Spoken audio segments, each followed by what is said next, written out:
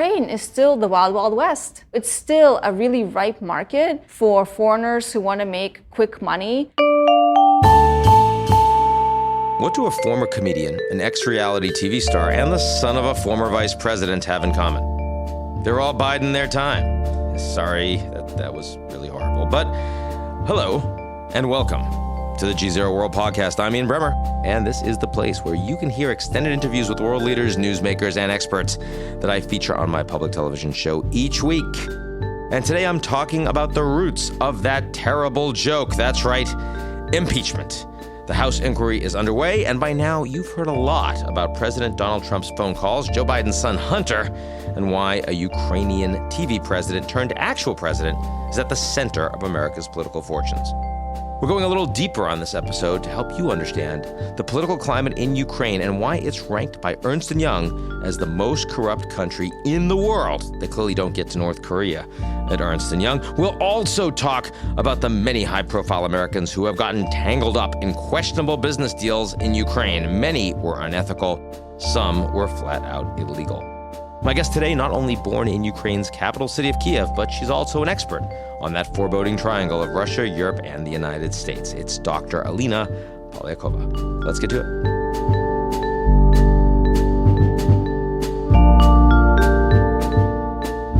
The GZERO World podcast is brought to you by our founding sponsor, First Republic.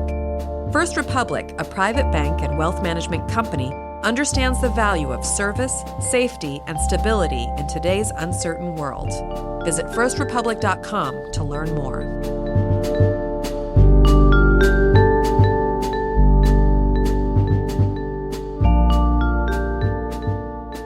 We have Alina Polyakova. Wonderful to be with you. Thank you. Thanks for having me. So you're from Ukraine, which means you've been pretty busy of late. I want to start right with the phone call. You obviously saw the transcript, the non-transcript transcript, right. The same one that we all did. What were your immediate takeaways as you were reading through the summation of the conversation between the Ukrainian President Zelensky and Trump? The immediate takeaway from the transcript, to my mind, is that the U.S. president is clearly trying to get the Ukrainians to do something for him in exchange for U.S. support of Ukraine.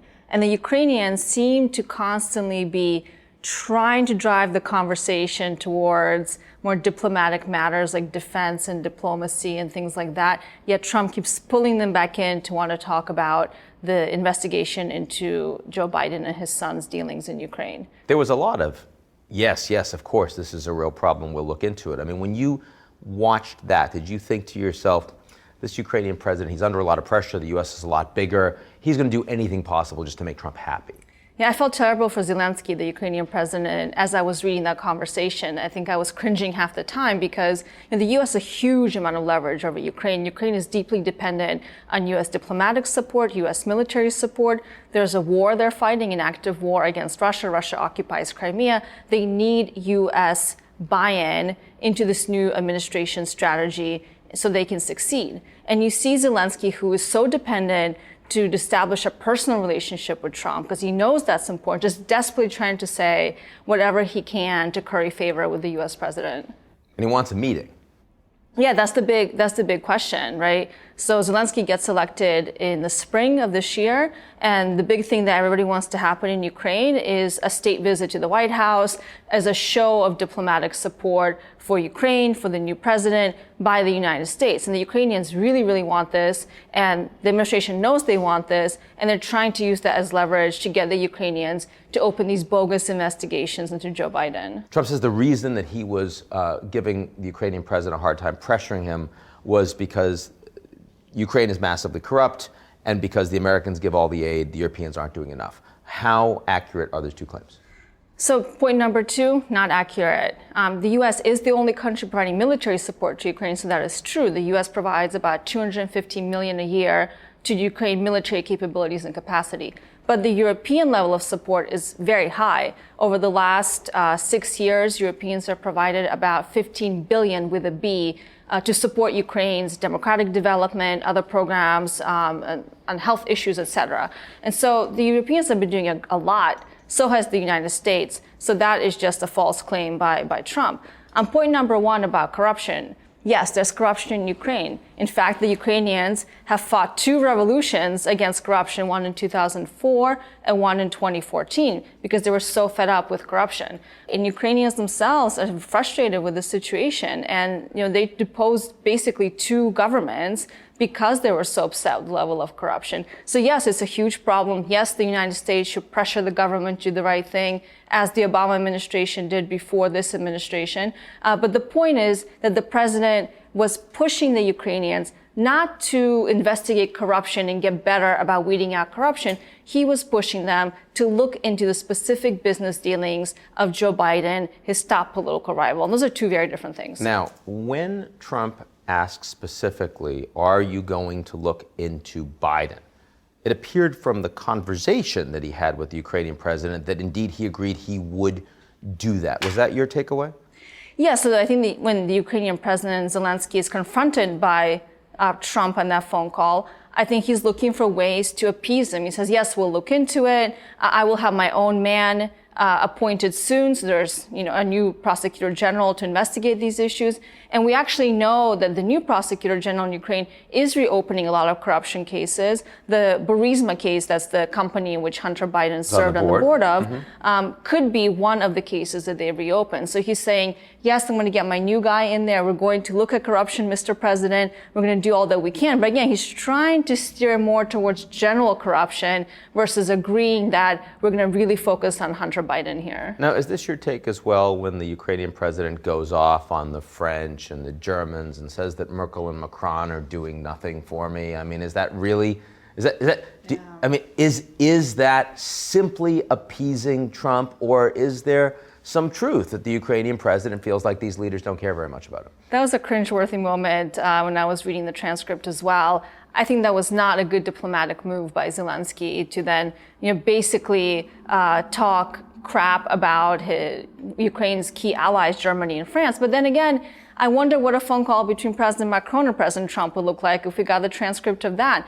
I imagine every world leader is trying to say anything they can just to curry Trump's favor. Yes, Mr. President, we'll do anything you want, Mr. President, just to make sure they have a good personal relationship, so that Trump doesn't get set off and then decides to rail against them on Twitter and in various other policy decisions. So that's the phone call. We're learning a lot more from a number of people that have been working the Ukraine brief in and around Washington. Some of them career diplomats, professionals, bureaucrats, some of them political appointees. What has surprised you? What have you learned since we've started hearing from those around this conversation and around this process? So what we've learned over the last few weeks as this whole scandal has been unfolding is that there were professional people as part of this Ukraine-US management mitigation, and there were political appointees. And in various ways, they were trying to sort of manage Trump's desires with what is actually appropriate channels. So, right, you have people like Giuliani, who's actually not part of the administration, but is deeply involved in running a shadow diplomacy on behalf of Trump. Then you have the ambassador, the U.S. ambassador to EU, Ambassador Sondland, who is a political appointee and seems to be the ringleader in trying to get the Ukrainians to get Trump what he wants, which is some dirt on Biden. And then you have these career professionals like the current chargé in Ukraine, Bill Taylor. He's not ambassador, he's acting ambassador. And you have the former envoy Kurt Volker there as well, who's politically appointed, but is a very well-known diplomat, many years of experience in the State Department, elsewhere in the U.S. government. And you see all of these individuals kind of getting very uncomfortable with what the president via Sondland and via Giuliani seem to be pursuing. And we see this play out in, I think, quite incredible fashion with the publication of all of these text messages between all of these individuals. So one group is working for the government and one is working for the president? Is that what you're saying? It's a really strange situation that I think is absolutely unprecedented. Under normal times, diplomacy happens to the State Department. So under normal times, you would have somebody like Kurt Volker, who's tasked with managing the Ukraine-U.S. relationship, really leading the way on setting the policy, working with the U.S. ambassador in Kiev, and there's sort of an alignment of policy, right? What we have here is you have the president sort of freelancing through all of these proxies like Giuliani, who has no diplomatic official role. And then you have the US ambassador in the EU. Ukraine is not part of the EU. What's the EU ambassador even doing talking about Ukraine? So now you have these conflicting sort of desires, one that seem to be personal desires of the president and other desires that are much more about the national interest of the United States. You have this phone call between Trump and the Ukrainian president. And basically that's when Nancy Pelosi said, we're moving on impeachment proceedings. Is everything else just kind of, at the edges? Or are we actually learning material new information from talking with expanding the investigation beyond that? Because this has the potential, of course, to become massively complicated. Yeah, well, I think what we're learning, and then this phone call encapsulates how this White House and this president think it's okay to deal in diplomatic affairs, right? Like I said, it's completely unprecedented. The schism that we see between the professional, foreign service officers and diplomats, and then these political appointees that are sort of acting on the personal interests of the president, not on the interest of the United States. And so we're learning really the extent of this huge schism that's emerging on the one hand, and we're learning increasingly that Trump wasn't just involved in asking for a quid pro quo from one foreign leader, the Ukrainian leader. We're also learning that he asked other foreign leaders to investigate his political rival. He asked the Chinese to do it. He may have asked the Australians to do it. Which he admitted to. Exactly. Again, not something we're learning from. He came out and said, I asked the Chinese leader. Yeah, but it's unlikely he would have admitted this if it wasn't under all of this political pressure. And I think over time we're going to learn more and more about other individuals close to Trump, close to the White House, who probably have had business interests and business dealings in Ukraine for many, many years that we don't know about. I think we're going to learn a lot more about how this president has in various ways tried to extort favor of some other political leaders in other countries to get what he wants in our own domestic politics. Have you heard anything from any of the Ukrainian leaders around this, any of those close to the president, as to as this has now come out and become public, and their Ukrainian president is quite exposed in a difficult position? How are they reacting to it? Are they talking about their connections with the Trump administration? What's coming out? I mean, in Ukraine, what's interesting is that this issue, meaning the impeachment proceedings that began as a result of this phone call between the Ukrainian president and Trump, it's not really the front page news. Now here we have on the front page of the New York Times, the Washington Post, all the major papers are covering this day in and day out. In Ukraine, it's pretty subdued. And I think there's a few reasons for that. I think one, Ukrainians want to stay out of this whole thing. I mean, Ukraine has been trying to mind its own business, for centuries.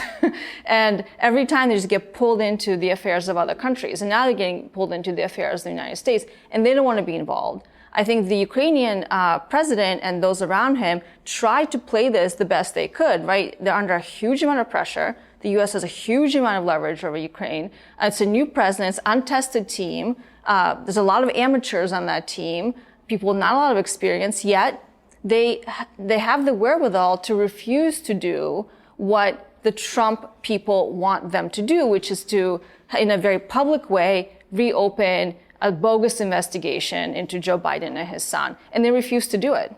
Now, he came up publicly and said, I was under no pressure.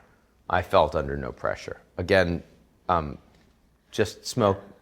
Yeah, again, just spinning it. I think I feel so terribly for the Ukrainian President Zelensky. He's young, he's new, and has no political experience. He was a comedian and TV star before That's right, he became exactly. president. I think he was hoping to have a very good personal relationship with Trump because, they both come from television, they're not politicians. There's a lot that, could produce a good, positive personal relationship. And I think that was Zelensky's main task all along. And so we have this press conference from September in which you have Trump and you have Zelensky sitting next to each other. Zelensky says, I wasn't pressured. I didn't feel like this was the U.S. president trying to bully me. And, again, I think he says that to appease President Trump. So on the one hand, we have all these Ukrainians that are, trying to stay away from this mess. On the other hand, you've got a lot of Americans that have been caught up in it, a lot of political professionals that you know quite well. How are they responding? Whether it's the acting ambassador or it's Kurt Volker, again, the people you know, how are they reacting to all of this? I think there's a lesson learned here for a lot of people who are professionals who've been working on foreign policy, national security their entire careers, that if you go into this administration, you're going to get burned. You're going to get thrown under the bus because as soon as the president feels like some trouble might come to him, right, he'll throw anybody under the bus. Again, so in normal circumstances, you have somebody like Kurt Volker, who's a special envoy for Ukraine negotiations. Appointed by Trump. Appointed by Trump, position. Exactly. So he was ready. He's up for it. He's like, okay, I'm ready to go and work for Trump. And he has for quite some time, actually. Mm-hmm. He was brought in still under Tillerson to be the special envoys, and he's lasted this whole time. I think he thought he was doing the right thing, but he just got caught up in all of the shadow diplomacy being run by all of these proxies on Trump's behalf. And I think he was trying to manage it the best he could. But I think the lesson learned, if you want to save your reputation, you cannot work for this administration, because when push comes to shove, they'll just get rid of you and they'll throw you under the bus. Now, on the other side, the non-professionals, Giuliani, I mean, in addition to the corruption concerns with those that Trump himself was alleging, you also have Giuliani having worked with and for the Ukrainians for the last 10 years. We have Paul Manafort, who was taking an enormous amount of money for the Ukrainians for all this time, when their regime was much more aligned with Moscow. What kind of relationships are these? Yeah, all roads lead back to Ukraine. Manafort is in jail now because of his dealings with a previous Ukrainian administration that was kind of a puppet administration of Moscow. And Giuliani, we're now finding out more and more, has been also taking clients and has various business interests in Ukraine. And I think more of this kind of information is going to keep coming out. And I think that's because, Ukraine has a problem with corruption. That's true. Not the most corrupt country in the world, but still. And in many ways, it's easier to get access to money in Ukraine by foreigners. Look at Russia. Russia is very corrupt as well, but that corruption has also been kind of consolidated and centralized around Moscow and around the Kremlin. So it's very, very difficult for foreigners to get a piece of that action. But Ukraine is still the wild, wild west. There's still a huge amount of natural resources. The state has never developed in the same way that, that you have Putin, who has a lot of control over state resources and a lot of control of the oligarchs. In Ukraine, not so. So it's still a really ripe market for foreigners who want to make quick money, who want to get involved, and they have been able to do so. That's why we're seeing more and more of these cases emerge, that people who are close to Trump have had a lot of dealings with Ukrainian oligarchs, Ukrainian companies, and have made a lot of money out of it. So Burisma, there have been probes, not found to be corrupt, but enormous sums of money being paid to outsiders who have no idea about the sector in Ukraine. What's the difference? Explain the difference between Manafort and Hunter Biden. Right. So the reason why Manafort is in jail now is because, one, he was getting paid by the former Ukrainian regime, by stolen money, through illicit funds, through corrupt means. He was acting as a foreign agent on behalf of other governments while being involved in U.S. politics at the end of the day, and he didn't disclose any of that information. So, somebody like Manafort, was out there just looking for the next penny for himself. Companies in this part of the world, not just in Ukraine, elsewhere, who are trying to clean up their act to have a better image in the West, are often hiring and bringing on respected Westerners who have a high-profile name to serve on their boards. It's a way for them to try to clean up their image, to make themselves look legitimate and clean in the eyes of Western governments and Western organizations. So in some ways, I think there are many Hunter Bidens out there, but we just don't know who they are because they don't have such a high-profile name, and they're not the son of a former vice president who's running for president now. So it's more of an ethical issue as opposed to a legal issue. I think so. I think at the end of the day, this is much more a question about Hunter Biden's character and to what extent he was using his name to try to make some money in a country like Ukraine and maybe elsewhere as well, versus there being some sort of legal issue here. So we haven't talked about the Russian side of things. So here we are, all of this happening between the U.S. and Ukraine. They're calling him Monica Zelensky because he's bringing about another impeachment issue, right? But we haven't talked about the Russia side. Now, there are demonstrations going on in Ukraine opposed to negotiations and the potential for elections coming up in an occupied territory of Ukraine, southeast Ukraine. Coincidence, I assume, in terms of timing, but how far along are we in terms of actual negotiations between the Russians and the Ukrainians at this point? So the Ukrainian President Zelensky, he comes into office, again, without any political experience, and he doesn't have much of a platform when he's campaigning over the spring. I mean, his basic platform is that I'm not the other guy, right? And Ukrainians are so fed up at that point with the incumbent at the time, the guy Benjamin Poroshenko, that they would have elected anybody that was an establishment. And it happens to be that Zelensky is there at the right place at the right time. And then his party now has complete control of the parliament, right? So he has more power than any other Ukrainian president has ever had since Ukrainian independence. And he has the parliament and he has his whole new team around him. But a lot of these people don't have much experience. Yet the one thing that he came in saying he really wanted to do was to end the conflict in the Donbass. These are the territories where Russia is still waging a war, where there are casualties. They're so-called Novorossiya. So, yeah, the so-called idea, right, that these territories are part of kind of the Russian identity, right? And it's still conflict going on all the time. There's still casualties on a weekly basis. People are getting killed. So Zelensky comes into office saying, this is my number one goal is peace. And one of the first things he does is he orchestrates this prisoner exchange, right, between 24 prisoners exactly. on both sides. Exactly, and that's seen as a which positive the Americans, move. The Europeans not involved in. He does it directly with the Russians. Exactly. Seen as a positive move. You know, Putin, interestingly, when Zelensky comes into office, doesn't initially call him to congratulate him. Russian television is just, you're spewing all kinds of nasty things about Zelensky when he comes into office. But now Zelensky seems to be working to actually move the relationship forward. And you mentioned the protests in Kiev, so what's been happening now? So the Russians have been wanting to have elections, so-called elections, in the occupied territories. Now, let's remember, these territories have no government. They're being run by criminals. Many of the Ukrainians have left. Many of the Ukrainians that could leave have left. They're basically, these no man's land kind of areas, very poor. There's no government. Russians control the border. Russians control the border. There's weapons everywhere. They're really becoming these high criminality zones, right? And the Russians are saying, well, we want elections here that will lead to these regions being autonomous.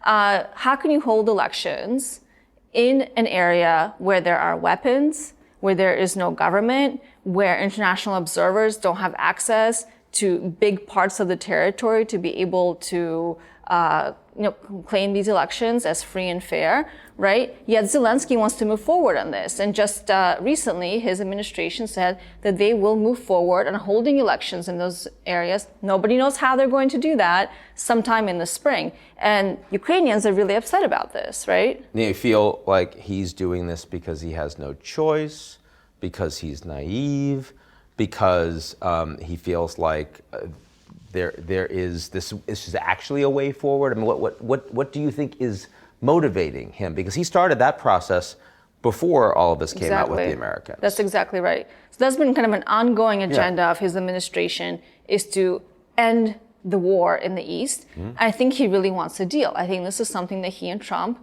might have in common. They both want to have deals. They want to have big deals to make them look good, right?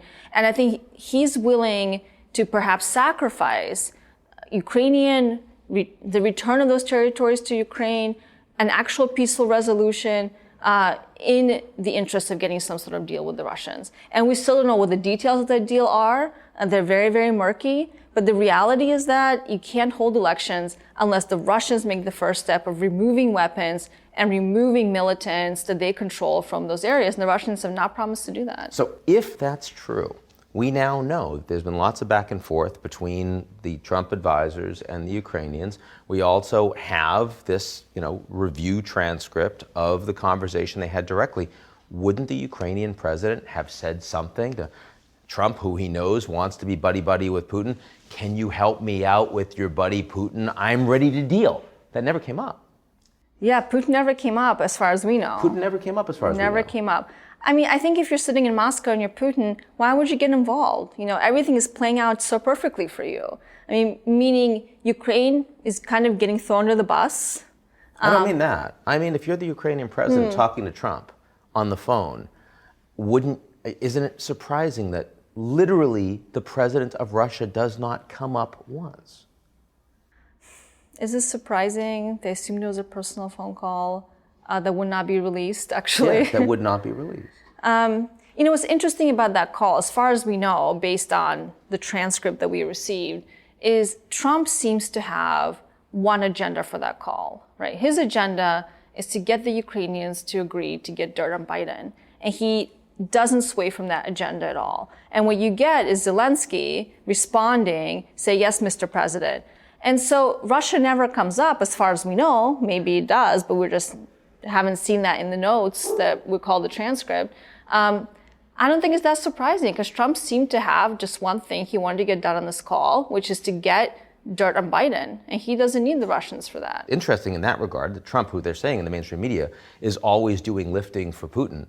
That when he's on the phone with the Ukrainian president who has leverage over, he's getting lifting done for Trump. He's not doing any lifting for Putin. That's right. Not a message, nothing. Yeah. Well, in the grand scheme of things, what's happening now with, this narrative that Ukraine is so corrupt, the aid that the U.S. government is withholding or putting delays on giving to Ukraine. Which they now have, but yes, they delayed it. Yeah, but there's been a lot of delays on that. Yep. And there's still questions around if that military support is actually going to Ukraine or not. A lot of questions about it. That's all serving the Russian interest in the long term. Right? So even if Putin didn't come up explicitly on the call, even if Russia didn't come up on the call, in the grand scheme of things, this is all serving the Russian interest in Ukraine incredibly well. So where do you think Ukraine goes from here? What's Ukraine going to look like, at the end of the Zelensky administration? It's a great question. Now we're seeing a lot of unrest in Kiev. So he may not get that deal on some sort of settlement with Russia on the Donbass after all. I think there have been some good things the Zelensky administration has done. They've pushed through a lot of really unpopular economic reforms. Those are boring things we don't like to talk about, but they have been doing some things on that, healthcare reforms, etc. My hope, I like to stay optimistic about Ukraine, is that this administration, the Zelensky administration, will do the right thing.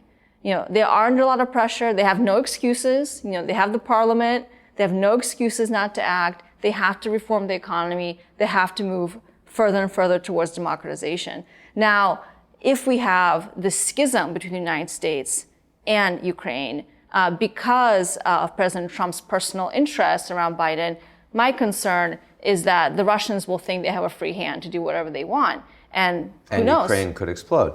We've been here before. President Yanukovych, when he wasn't getting the support he needed under massive, sort of debt burden from the Europeans, from the Americans, finally the Russians say, I'll throw you some cash when he goes hat in hand Sochi at the Olympics, but you got to join the Eurasian Union, you got to give up on your EU aspirations, associate membership, and then Ukraine blows up because they're so mad that he's doing a deal with the Russians. Are we in danger of that happening again?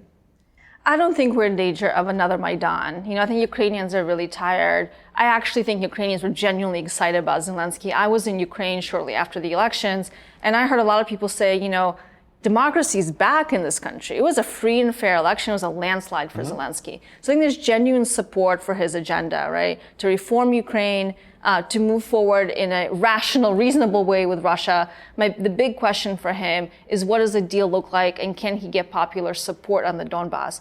Yanukovych, I think, was only batting for himself. He was playing the EU and Russia against each other, and he wasn't savvy enough to get what he wanted, and he ended up having to run away and leave everything behind. And what we learned is that he was in Moscow now. He's somewhere in Russia, right? He's hiding out somewhere in Russia. So Yanukovych was only batting for himself at the end of the day, not for the Ukrainians. The Ukrainians figured that out pretty quickly, and that's how we had a revolution in 2013, 2014. I don't think Zelensky, being a young guy, he does, I think, have a better sense of popular public opinion. I don't think he will go in that direction. I think if he senses that there could be another revolt, he will back away. Alina Polyakova, thank you very much. Thank you. That's our show this week. We'll be right back here next week, same place, same time, unless you're watching on social media, in which case it's wherever you happen to be. Don't miss it. In the meantime, check us out at gzeromedia.com.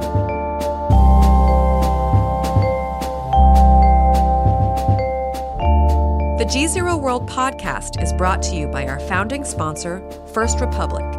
First Republic, a private bank and wealth management company, understands the value of service, safety, and stability in today's uncertain world. Visit firstrepublic.com to learn more.